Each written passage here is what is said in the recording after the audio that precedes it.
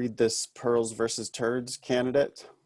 Yeah, for sure. So pearls versus turds is where we take some received wisdom from the stratosphere, the universe, the internet. Okay. And well, that's where it usually feels like it's coming from, right? It just feels like it comes from the ether.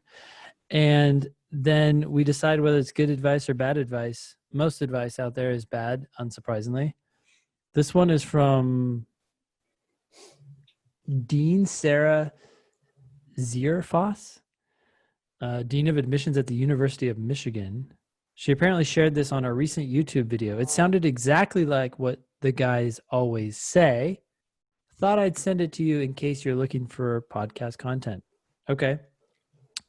Dean Sarah says, regarding addressing difficult topics in personal statements and addenda, it could be just a matter of lawyerly training or lawyerly temperament, but lawyers tend to like the matter of fact approach.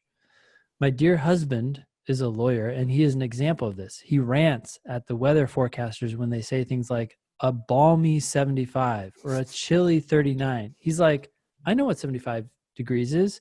Don't tell me it's balmy.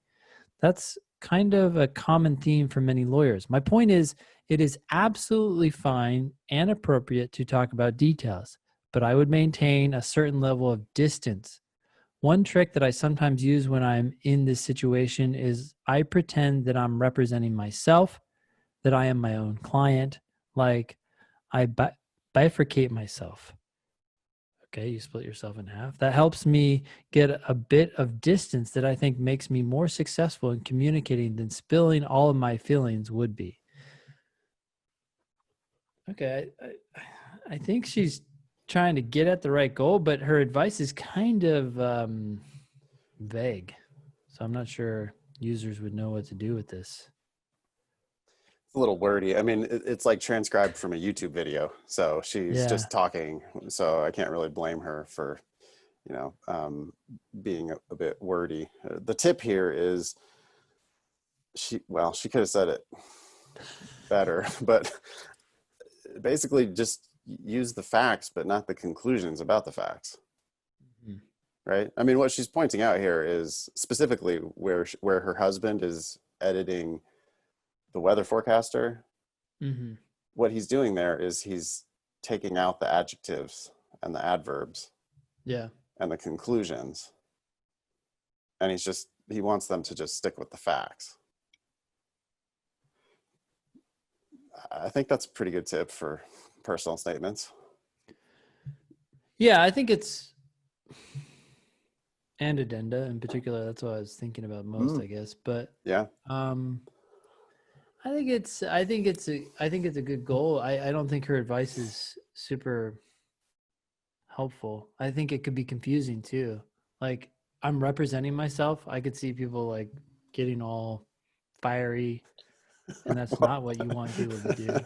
Because so many applicants don't actually know what lawyers do, or like all they have is like, the scene from A Few Good Men in their head, and they just think that like they're supposed to be like this dramatic whatever courtroom person. So yeah, I can't quite endorse this as a pearl. I think it's like a tie, maybe. Give it a tie. Jackson, what do you think? Yeah, you could break the tie, Jackson. You could break the tie. No, I'd give it a tie too. I would almost give it a turd. Like I didn't even understand what the hell she was talking about when you read it. So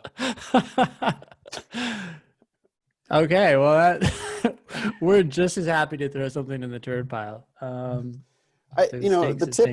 Maybe the tip was right at the top. Lawyers tend to like the matter of fact approach. So if it's it started off good. She should just stop there. If it's stick to the facts, don't make any conclusion. You don't even need the conclusions, right? If your facts are good enough, you don't need the conclusion. Yeah. You can just lay out the facts that make you look like a baller. Then you don't need to say I'm a baller. In fact, you shouldn't say I'm a baller, because then nobody believes you. If you just instead you don't sound like a baller anymore. Demonstrate your ballertude, then then people reach that conclusion on their own, and that is better writing. So I think her heart's in the right place. We can give her a tie.